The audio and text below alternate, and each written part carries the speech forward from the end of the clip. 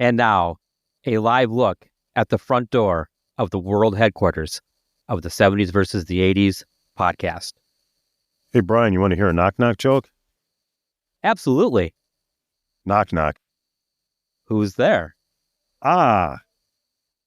Who?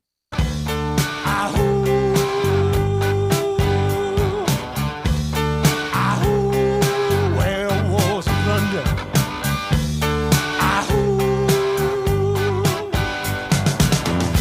You hear him howling around your kitchen door.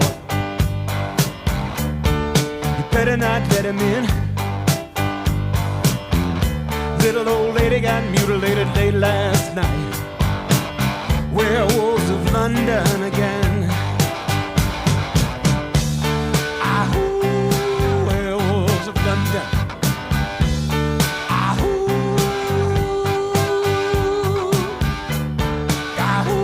Welcome to the 70s versus the 80s, my fellow retro pop culture loving babies.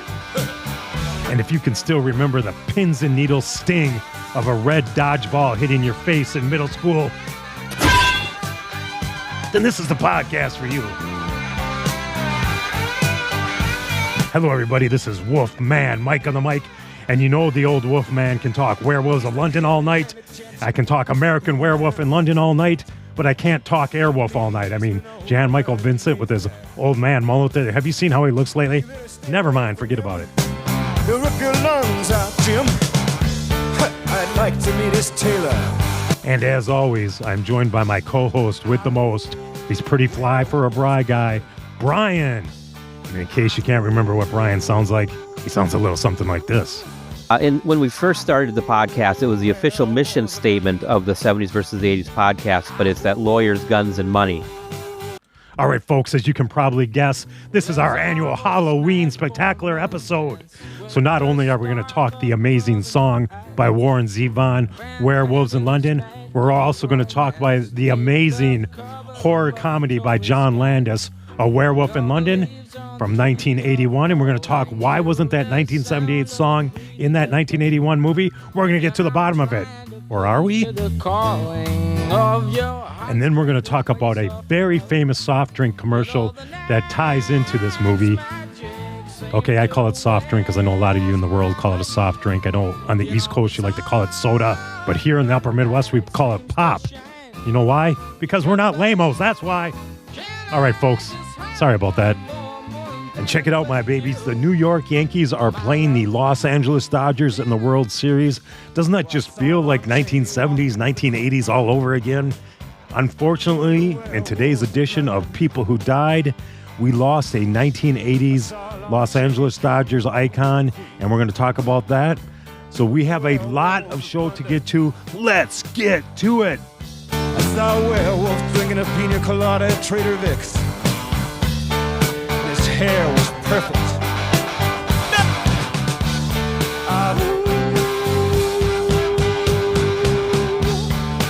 Werewolves of London. Draw blood.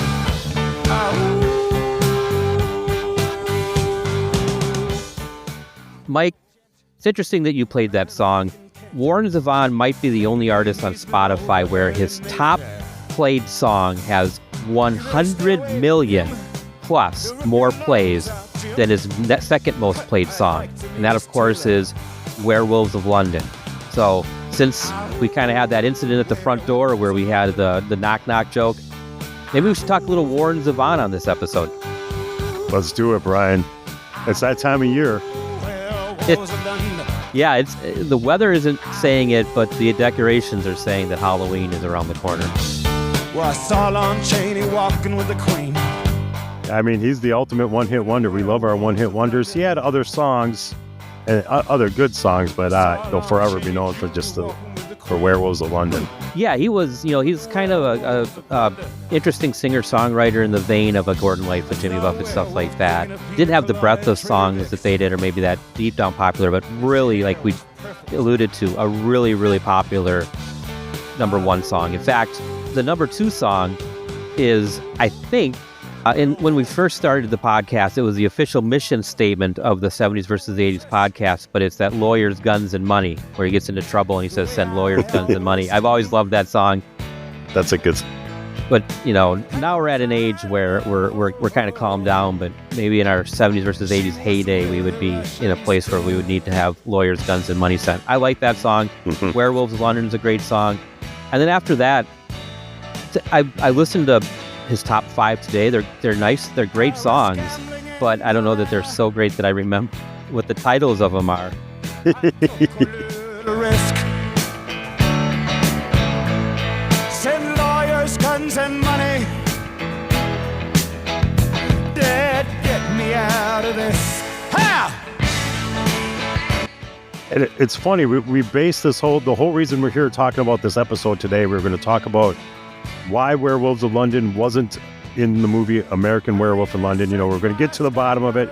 And so I kind of Googled it, and Google kind of shrugs. It's like, it's like, I don't know if we're the only ones asking this question. It seems like nobody asked this question. It seems like it just, John Landis, all the songs he put in the movie had the word moon in it, maybe, and that's why there was no room for this moon song, maybe? Could be. Nobody, it just seems like he just didn't use it. And everybody's like, yeah, that would be a perfect song. Maybe John Landis also listened to Lawyers, Guns, and Money and decided he didn't want to mess with Warren Zevon. There you go. So Warren Zevon kind of describes this song as a dumb song for smart people. I like that. I mean, well, he's got that, like Lon Chaney reference for actor that was in, those horror movies of olden days, like even before the 70s and 80s. Yeah. The real olden days, not, you kids think the 70s and 80s are olden days. That's not the case. The real olden days are still way beyond earlier than the 70s versus 80s.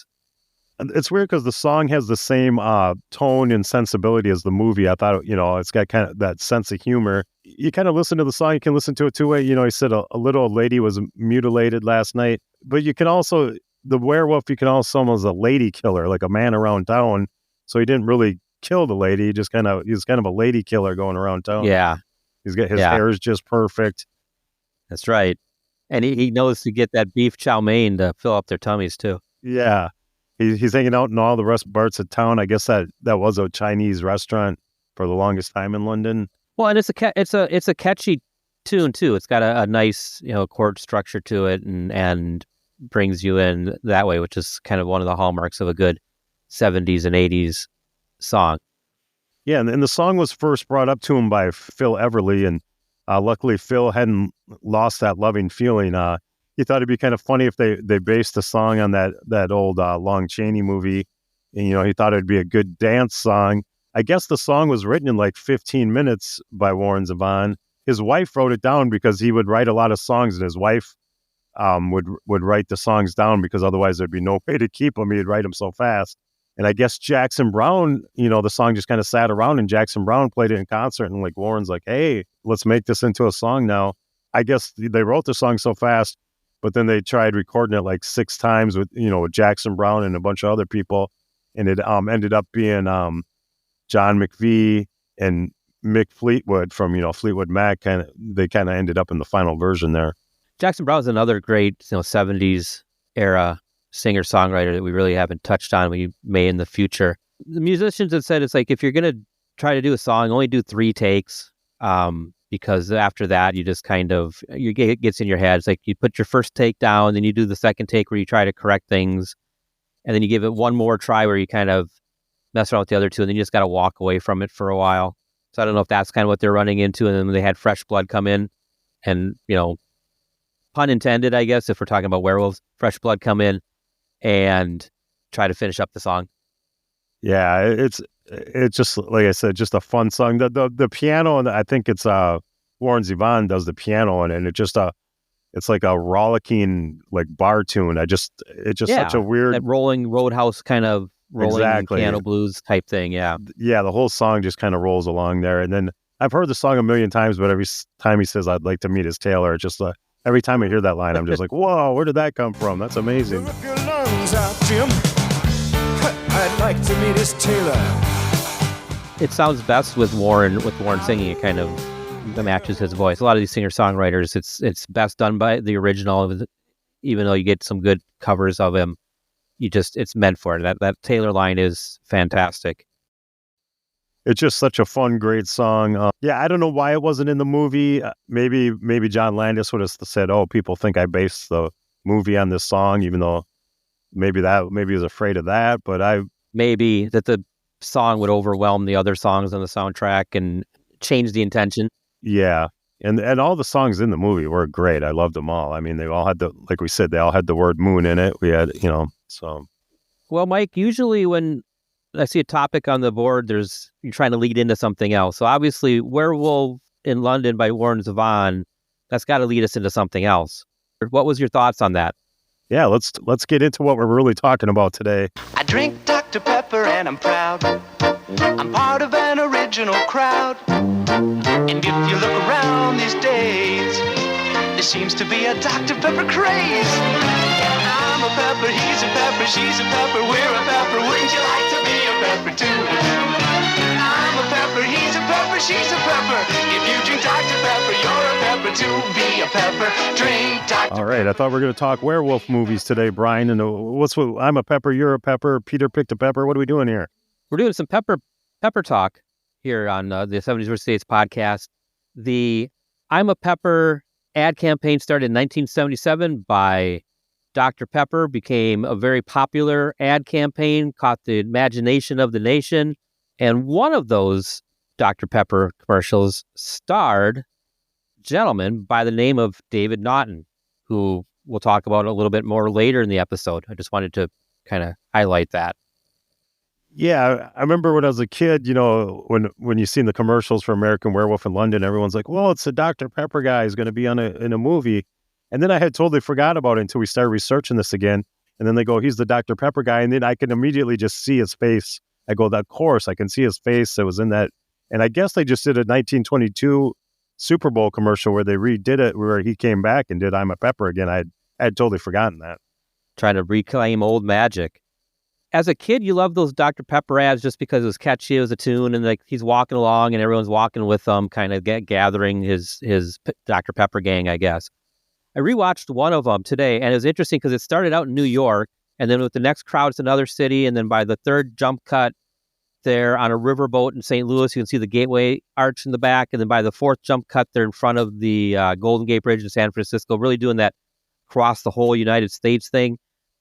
They must have had commercial budgets. Maybe when you only had 3 or 4 major networks, you'd put the money and time into your commercials. And I'm going to have a controversial statement that I'm going to bring up here because we don't have a way to not want to shy away from the controversy here at the 70s vs. 80s podcast. But let's talk a little bit more about what we remember about the Dr. Pepper campaign and ads before I give my controversial statement.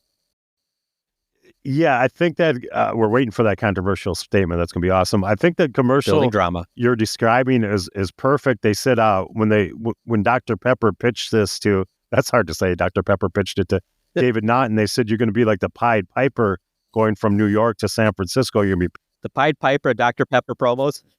Yeah, and he goes, I'm not going to have to wear curved shoes and dress like a court jester. And they go, no, you're going to look modern. And then that's when he said, okay, I'll do the commercial. Oh, he looked so late 1970s too with that hair.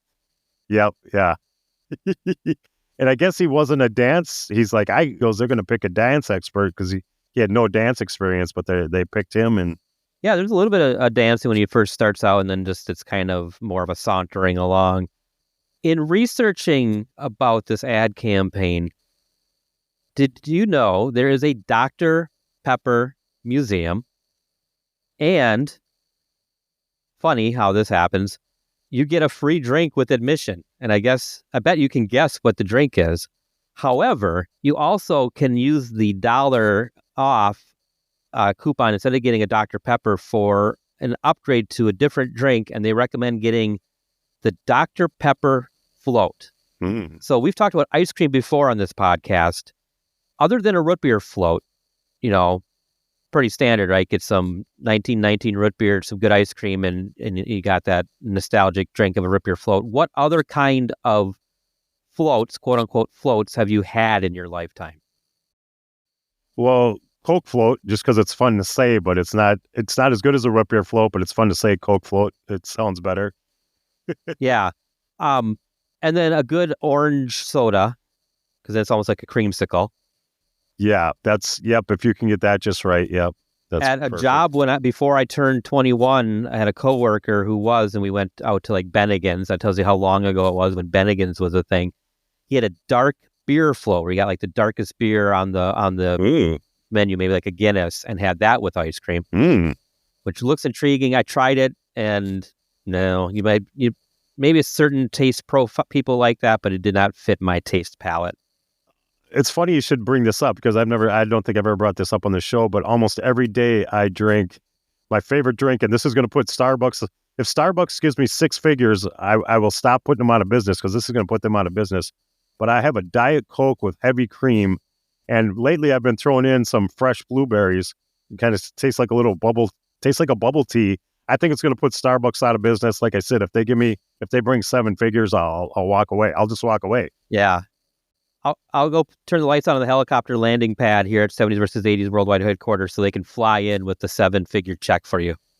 Yeah, I call it a white virgin because it tastes like a white Russian, but there's no alcohol in it, so I call it white virgin. Kind of reminiscent of my high school days there, Brian. You know what I mean?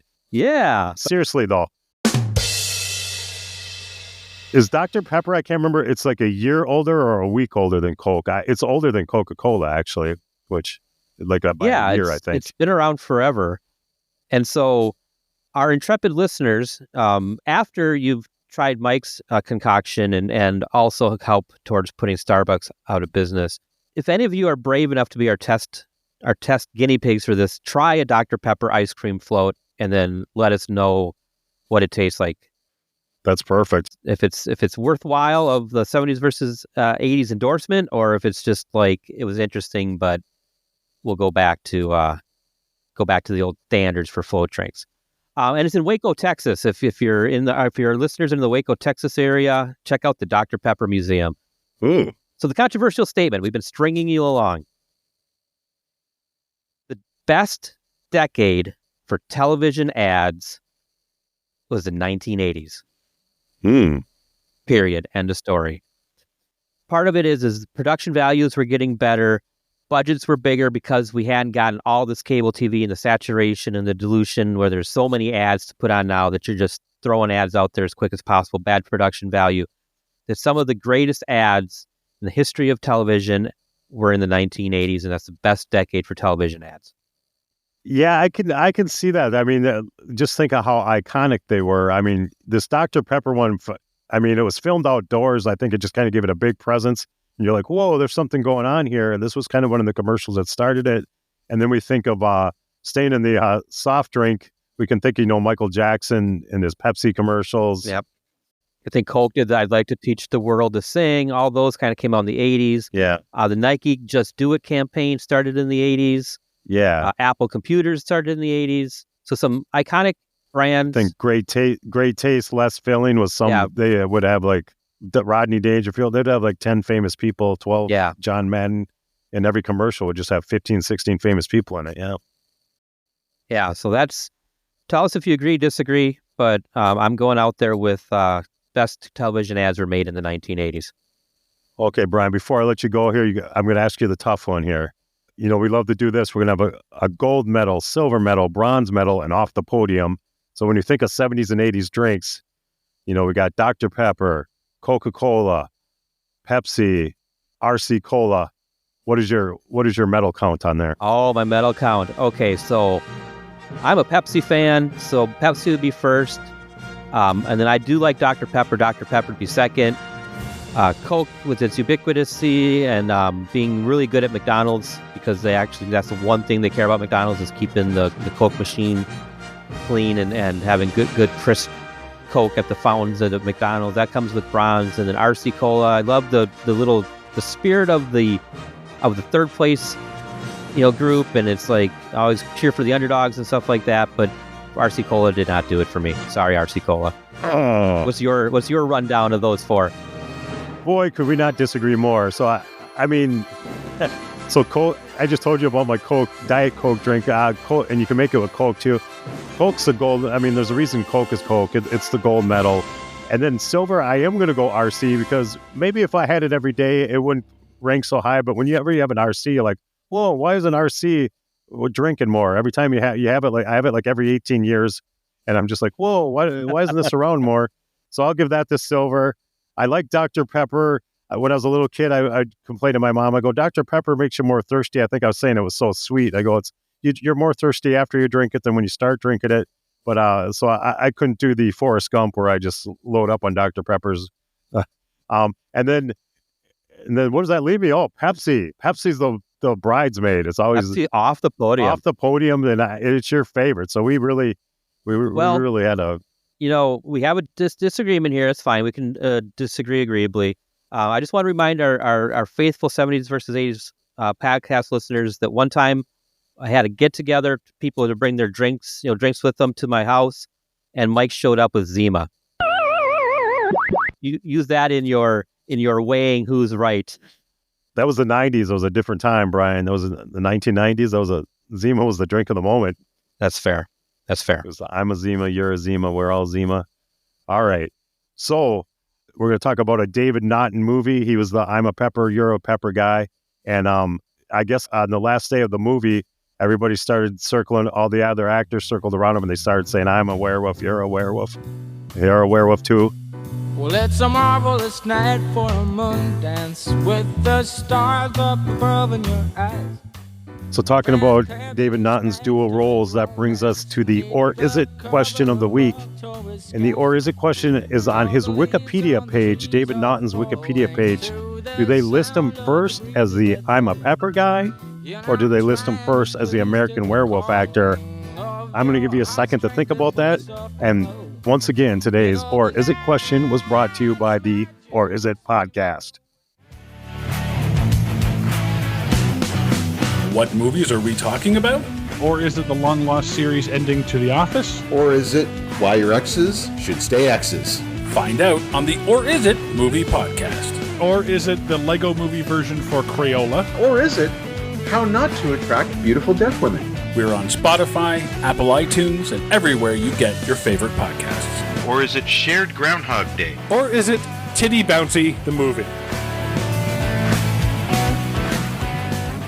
So, not having gone on his Wikipedia page, which to longtime listeners will be no surprise because you all know my legendary preparation for these episodes, is it that his first listed because of his fantastic turn in that late 70s, early 80s Dr. Pepper campaign? Or is it the American Werewolf in London, this cult classic movie? I'm going to say it's the cult classic movie. Cult classic movies like American Werewolf and I'm going to say Blues Brothers wins out over, our soda, our pop, since we're from Minnesota, commercial fame. I think cult movie classic fame outweighs pop commercial fame. And so the Or Is It answer is our American Werewolf in London. And now is where you tell me that I'm wrong. Correctamundo. Oh, you are right, Brian. You're absolutely right. I guess I should have gave you the option. He was also in Hot Dog, the movie. So, Brian, we've been delaying it enough. We've been delaying it enough. Let's get into this American Werewolf in London, shall we?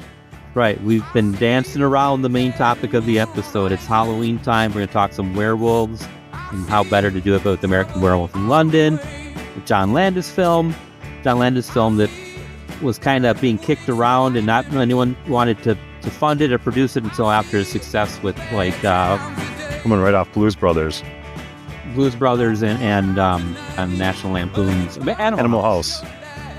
So that's a thing, Brian. This is like we're talking about John Landis again. Doing the 70s and 80s podcast. I thought we'd be talking a lot of Steven Spielberg, a lot of George Lucas. It seems like John Landis has kind of been our lead director so far.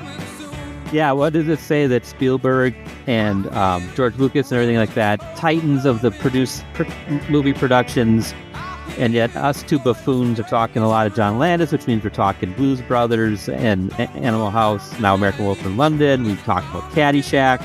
We have a different thought about the classics than what maybe a typical person would. But that's why you're listening to us, because we're off beat. So American Werewolf in London, it starts out with the first shots of the movie. They're showing the hillsides, the moors. I guess we're going to find out what the moors are in a hurry here in this movie. And it's playing the old Blue Moon, but it plays 3 versions of that song in this movie. And it starts out with the Bobby Vinton. Do you know a lot about Bobby Vinton there, Brian? The Polish prince. I think my mom was a fan when she was a teenager, but she would have been. So was my mom. The Polish prince, the Polish Elvis, the Polish guy with the sequins jumpsuit. That's Bobby. That's kind of what I think of when I think of Bobby Vinton. What kind of movie are we watching here? It kind of starts out kind of with a slow song, views over the moors. I really like how it starts out with the sheep truck, and then we see there's two dudes in the back with a sheep. Insert your own joke here. Insert your own joke there. And then this is where they start ad-libbing. They say goodbye to the sheep. They ad-lib that line. They start ad-libbing right away.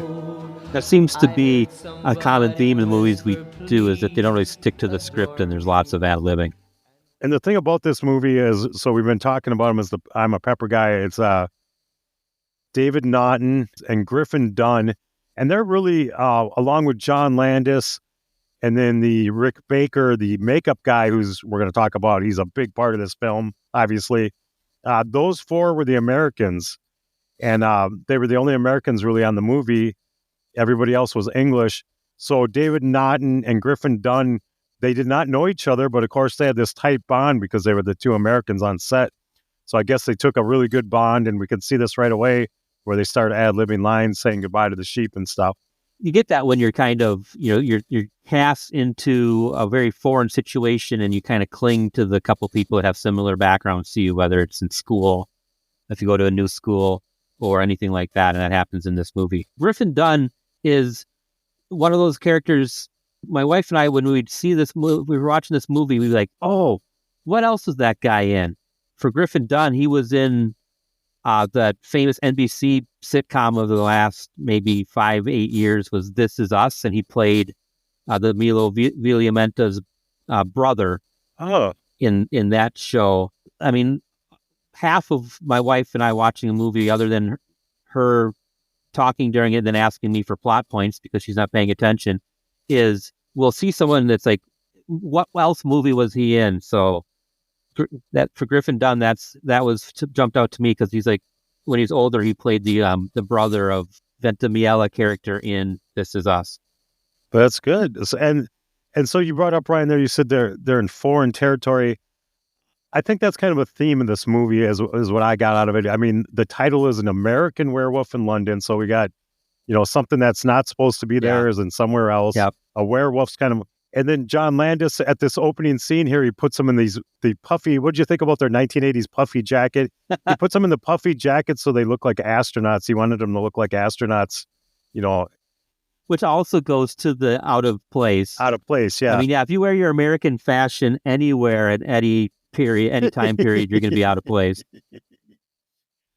So this is something that took me a few times to notice. They get out of the sheep truck and they go right to the Slaughtered Lamb is the bar they walk to. That's a fantastic, for people to catch if you're watching, to those little things that if you're paying attention, you're not just gabbing during the movie, that you get those little inside joke kind of things where that would be the name of the bar. I appreciate those. My favorite of all time is in Shrek when he comes out of walks from the swamp to where the palace is, and as he gets into the palace, there's a parking lot and there's signs. Now, and I remember in ballparks back in the day, and most big parking lots still have signs, so you can kind of know where you're parked by. In Shrek, it's you've parked in Lancelot. Oh, it's a play off a parking lot, and it's a play off of that they're reminding people. So if you didn't catch that first time when you watch Shrek, you'll catch that little fun. I guess they call them Easter eggs. All right, Brian. And then I just, talking about out of place, they go into the Slaughtered Lamb. And this reminds me of whenever you go into a bar in a small town and how as soon as you walk in, you feel like such an outsider because every eye in the place is on you. Yeah. The whole atmosphere of the place changes. And I think they really captured that great here. Yeah. They just feel like such outsiders. I I've been there before. Yeah, it's like everyone's chattering. It sounds like it's a great place. You walk in, and it's almost like the door creaks shut behind you, and the place goes silent, and every head turns to you. Yeah, and you could just feel it in this scene.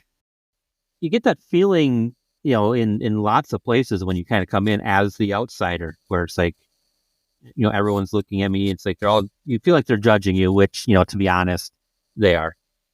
But Brian, is that part of your fault? Do you ever say, what's up with the creepy pentagram on the wall? No, I slink off and I try to find a safe landing spot and slink off to it. Kind of like being the last person to bring your tray into the cafeteria and you're trying to figure out where your one or two friends are and go try to find them. And that's exactly what happens in this movie here. They slink off. I mean, here they are. They're freezing cold. They're told there's no food.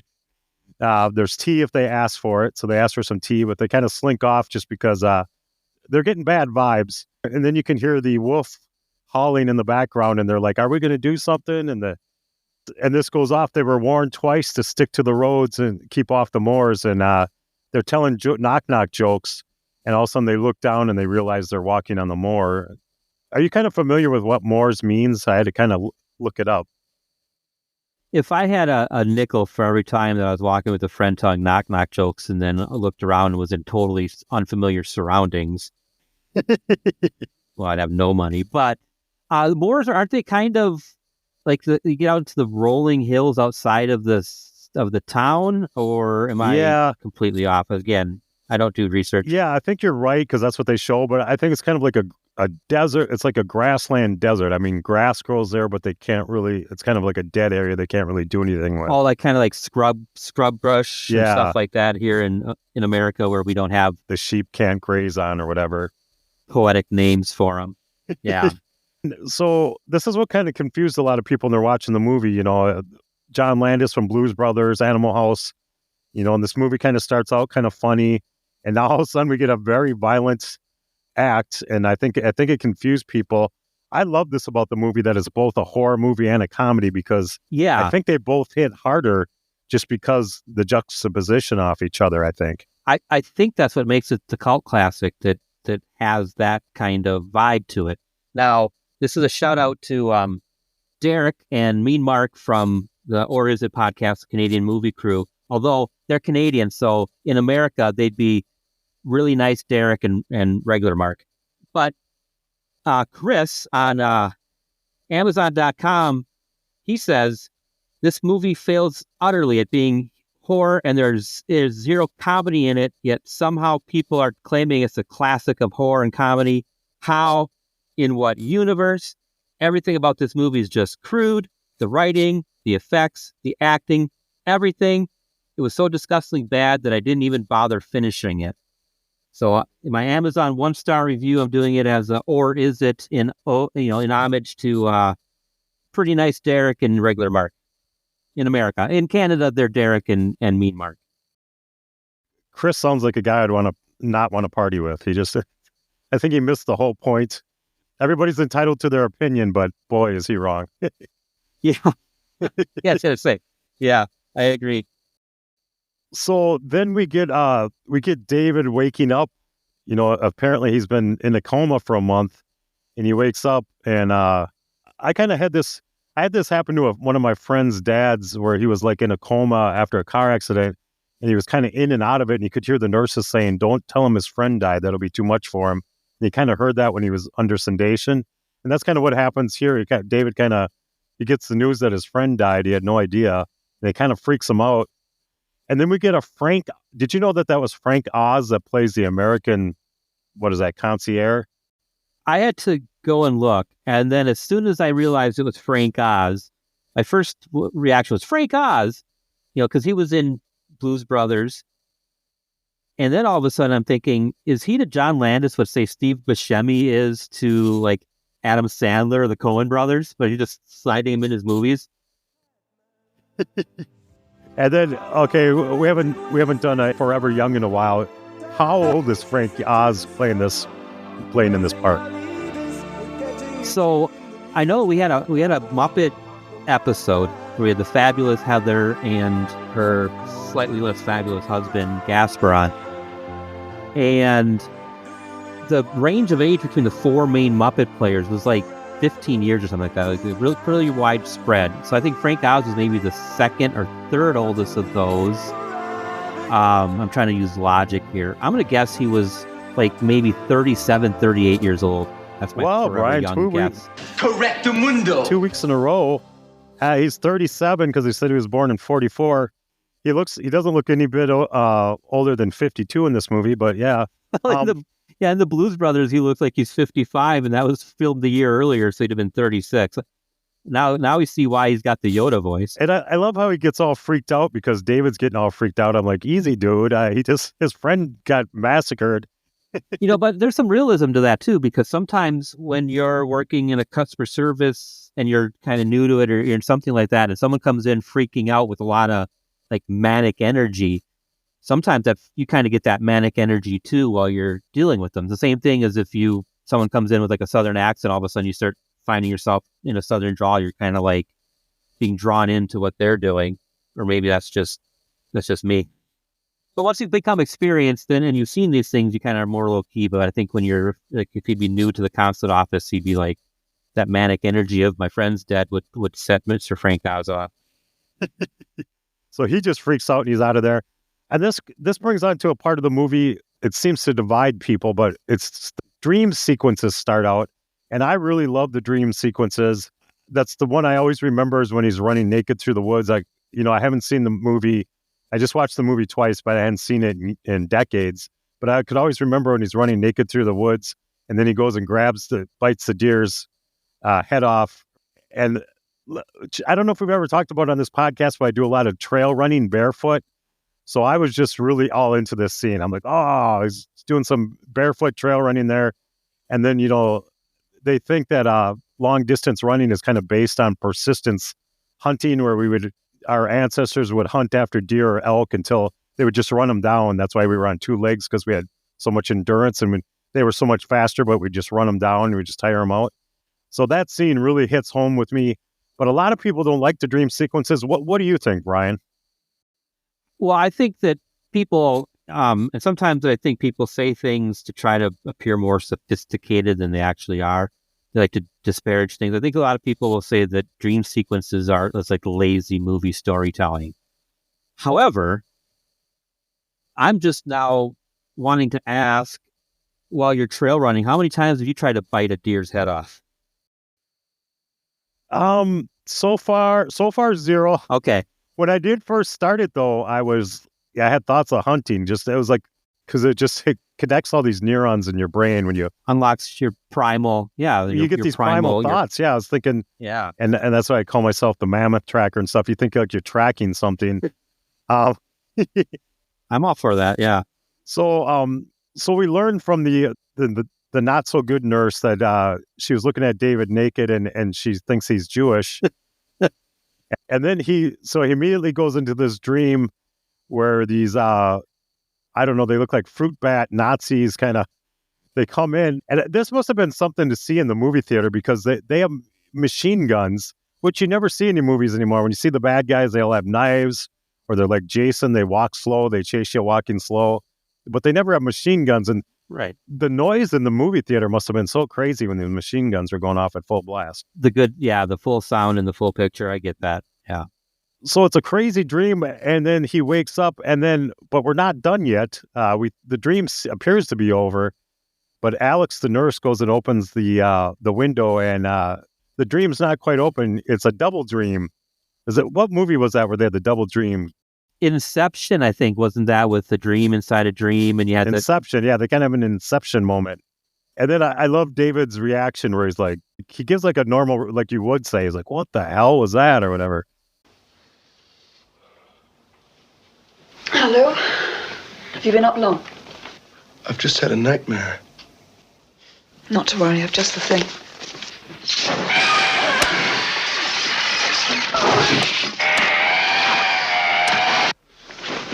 Holy shit. I would say this just in, another Mean Mark and Perfectly Okay Derek wanted to say, or is it Jackie Parker on Amazon gives it 1 star and likes to say, how the hell did this film get a 4.5-star rating? I could only stand 33 minutes of it, and 10 of that I fast forwarded. In a word, stupid. All right, so Jackie, if you're a listener, and we're not sorry, learn that this is a cult classic and people enjoy it. Well, I mean, I had so much fun. I disagree. I was like having so much fun. I forgot how funny and how the funny parts just hit so much harder with the horror around it. It's just like it is. It's that there can be, Albus Dumbledore's famous line in Harry Potter where there can be no light without the dark. And I think Star Wars gets those images as well. It's, or us in Minnesota, it's if we didn't have crazy cold winters, you wouldn't enjoy the fantastic, summer days or great fall weather as much as if you never had to go through a Minnesota winter. And speaking about Minnesota, I think next time I go to the hospital after a major trauma, I think I want to go in England. I want to go to London because, in America, when you have a major event at a hospital, they're always like, we can't release you until you have a ride home. Do you have a ride home? We can't release you without a ride home. Well, apparently in England, you get Alex, the nurse, speaking of giving you a ride, she takes David home, and she informs him she only has one bed. And you can see David doing the math in his head. He's like, wait a minute, one bed? And then she tells him her full sexual history of she only has 7. You know what? I want to hear the sexual history she gives the next guy because she's going to say, I've only had sex with 8 guys. 4 of them were one-night stands. And one of them turned out to be a werewolf. I want to hear that. That's the movie I want to see. Right. You might, as the potential partner, you'd probably want her to lead with that. Yeah. That'd be nice to know right away, right off the top of the list. Yeah. Here. So her sexual history was pretty boring, but now she's got that. The 8th guy turned out to be a werewolf. So that's gonna. Yep. Yeah. So apparently Alex lives by herself. She has no roommates. Apparently she can't hook up a guy to live with. I mean, she's beautiful. She's a nurse. So that's a major plot point in the movie, right? Usually you just go to the nearest part of a hospital, and that's where you see all the nurses. Anyways. So then we start seeing, so this is where Jack starts showing up. He's undead. And I kind of think this is, John Landis told him to be cheerful and funny. And I think this is what makes the movie because, usually undead are typecast as being bitter people, but he comes back and he's all happy and cheerful. And if they wouldn't have done that in the movie, it would have just been like another movie. You'd just be like, you'd forget about the movie. But he's funny and he's cheerful, and it's just like such against typecast.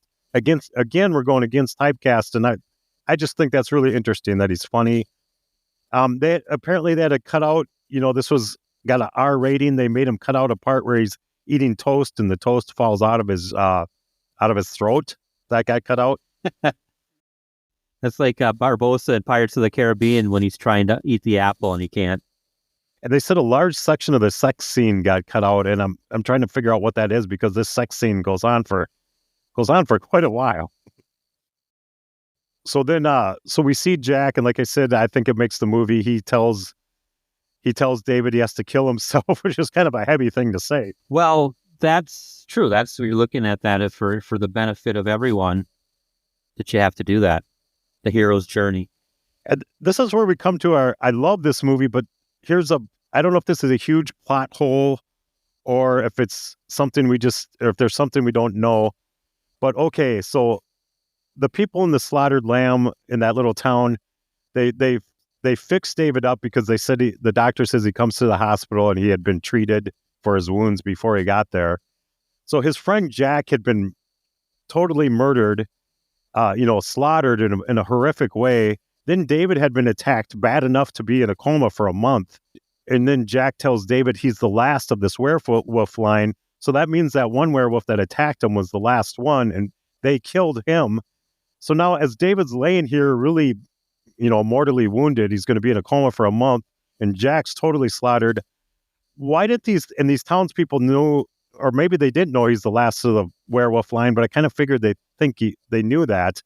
Why didn't they just put a pillow over David's face and tell him to go to the light? Because maybe they didn't know he's half dead at that point, and they can stop the werewolf line right here, or do you think there's something going on? Maybe they didn't know that's the last werewolf. Maybe they're trying to be good guy. Maybe they felt so guilty they're trying to save him. Maybe they don't want to fix the werewolf problem because it helps with their tourism. Then they'd have to paint over the star, the pentagram star that I can't say. They'd have to paint over that. Yep. Yeah, I guess that's the only answer. Hey, what's up? It's Mosh Pit Josh. Hey, this is Patrick from Tires Centronics. Hey, it's Steve Sellers from the Homesteady. Hey, this is Tad Kubler. We are the Hood Rat Recap. Hey to the Hood Rat Recap. We are your steady stream of the unified scene, all the news and reviews. Let's say hello to our third mic and our producer, Kevin is whatever. Stage right Mike on the mic. The unified scene's very own King of Queens, Gasper. You stink as much as that joke. I'm Gasper, that's Mike, that's Kevin, and all us guys and all you guys. We are all the Hood Rat Recap Podcast. Okay, guys, so Wolfman Mike here. I finally did it. I got so excited talking about this werewolf movie that I chased Brian away. He had to go back to work, and I'm just going to summarize the second half of the movie here. So like I was talking about, seeing this in the theater must have been crazy because we get David jumping up saying, "I'm burning up." And, he's being quiet in the house. He's just sitting there reading a book, and all of a sudden he jumps up and says, I'm burning up. Jesus Christ! What? God! What? I'm burning up!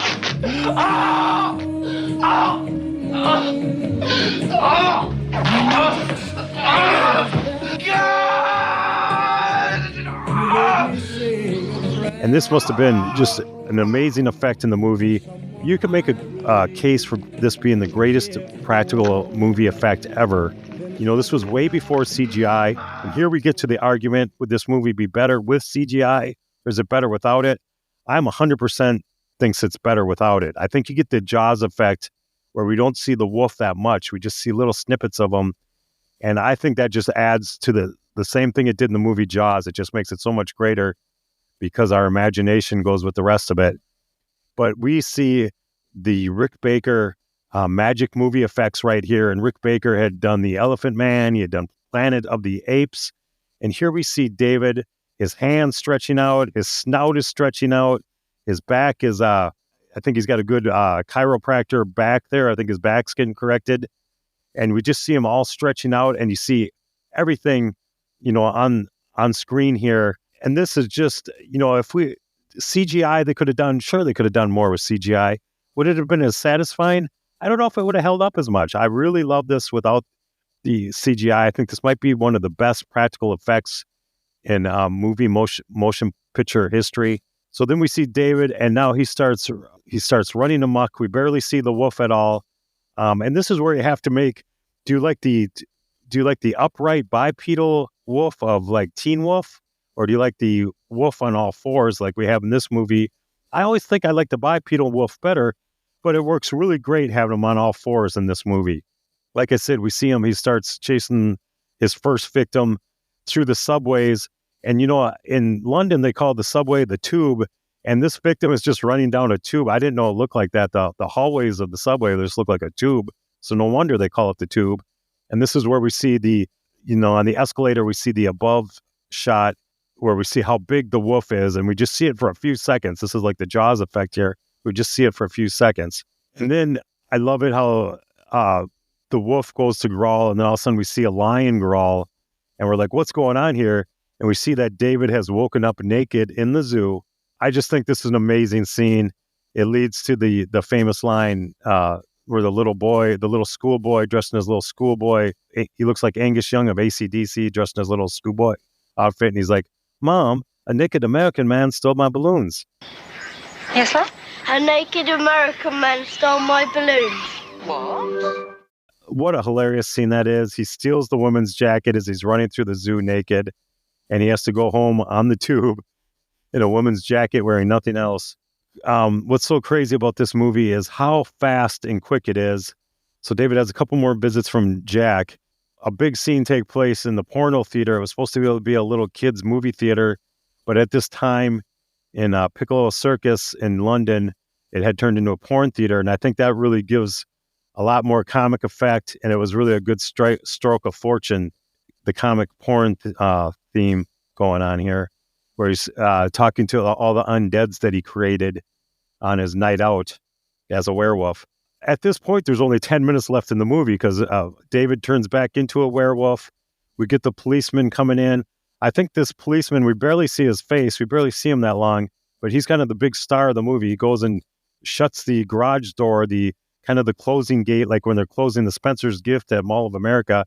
He slams that shut, and he says, "Go get the rifles," which really puts us in a time and place because in the 1980s, the London police did not carry guns, and he has to call for them to go get the rifles. And boy, do they come with the rifles. And I think this is great. We see David, we see the werewolf going through the street at almost at werewolf level. So all we can see is the knees and legs of the people. It's kind of like a Charlie Brown effect where we don't see the adults, and he's kind of snapping at them. We really get the POV of the werewolf, and I really like that. But as things turn out, David, he gets shot, and this movie ends in a hurry.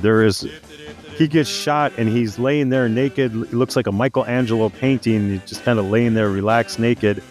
And then we start with the third version of Blue Moon. It's kind of an upbeat doo-wop version, and the credits roll, and the movie is over. This is not an Avengers movie. We do not have two end of credit scenes. Nobody's going, "Hey, you got to sit through the first end of credit scene. That one's not too good, but the second one's really good." No. There's none of that. This movie, the credits roll, and it is over. And I think that's a great way to end because it just really smacks the ending. David was always in the wrong place at the wrong time, and it just smacks at the end. And we know Alex is going to be crushed. We don't have to see that. We can imagine what that's going to be like. The movie ends, and I think this is just an amazing cult classic, like Brian called it. I don't think ever again we got to the comic levels on a horror movie like we saw in this, and I just think it's a total cult classic. And sorry if we're going on for too long, but that's my thoughts on An American Werewolf in London. And when I saw this movie, Duran Duran, Hungry Like the Wolf was a big song. I was seeing this on VHS, and I was like, why isn't that song in the movie? You're talking about songs that weren't in the movie. I couldn't do the math as 11 years old, realizing that the song was popular, but the movie was on VHS at that time, so it was too late to get the song in the movie.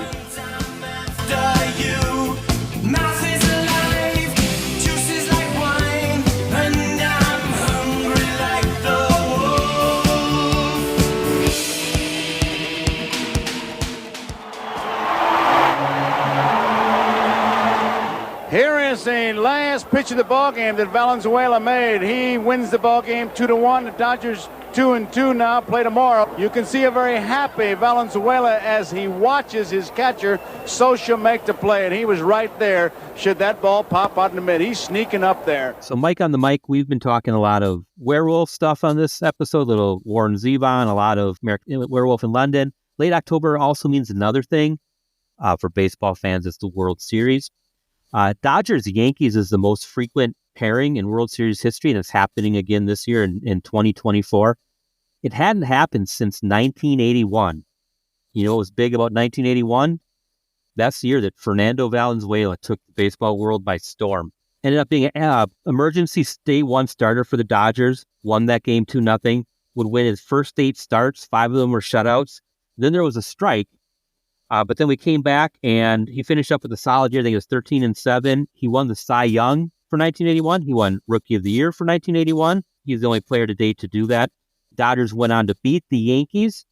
They had also played them in 77 and 78, and the Yankees won those. So the Dodgers, and that was their first World Series since 65. And I don't have to tell the Minnesotans who they beat in 65. It was the Twins with Harmon Killebrew and Bob Allis and Tony Oliva. And I remember when he broke in 81, because it would have been, looking back, it was the last spring and summer that my great friend Sean Erstead was alive before he passed in November of 81. And we were both left-handed, and we liked to pretend we were baseball players a lot. And so his windup was so fun to imitate, where you'd kind of turn a lot and you'd look up to the sky. A unique pitching motion. He was the first person to throw a screwball in a while. He was a better than average hitter for a pitcher. He had a 200 career batting average. He had 10 home runs, 26 doubles, drove in 84 runs. And he actually was used as a pinch hitter 19 times, and he was 7 for 19. Wow. Unfortunately, now that the Dodgers have made the World Series, he was hospitalized with what turned out to be liver cancer on October 1st of this year, and he passed on the 22nd. So this is kind of a remembrance of Fernando Valenzuela, gone from this world at age 63. That's too young. And just my 10-year-old turning 11-year-old self, remembering that wind-up as a left-hander and as a left-handed pitcher. I think it was Valenzuela mania swept the country that year because he was just this young kid with this round face and barely spoke any English, but it was just, I remember that summer well, even though now it's, 42 years ago. You said it, Brian. The whole country just had Fernando Valenzuela fever. He was, he was kind of like a Mexican. He kind of almost had a body built like Babe Ruth a little bit. He had that crazy wind up.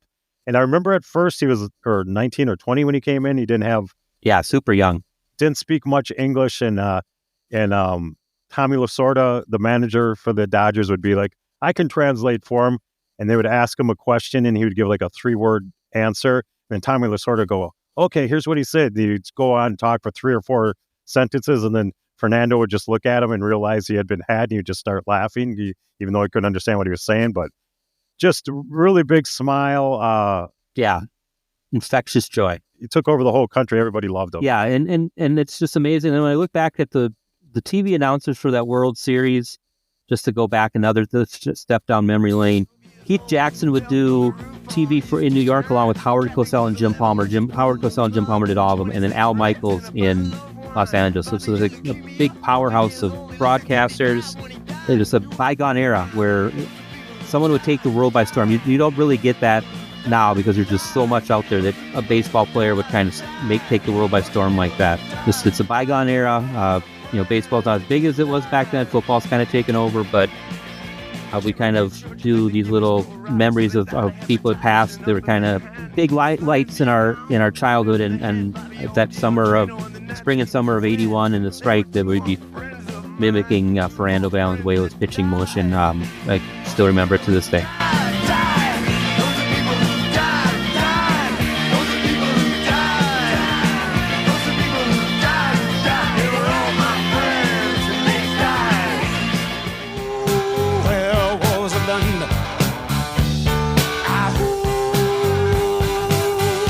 Thanks for joining us on another episode of the 70s versus the 80s. Keep it classy, my fellow babies. I would like to thank Brian Malika for co-producing this episode. Brian co-produced with a pina colada in his hand at Trader Joe's, and his hair was perfect. I saw a werewolf drinking a pina colada at Trader Vic's. His hair was perfect.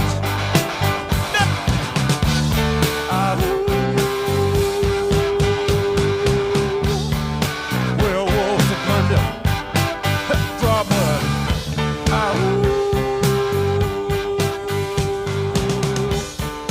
Werewolves of London.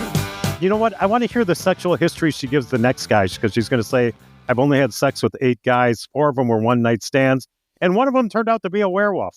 That's the movie I want to see.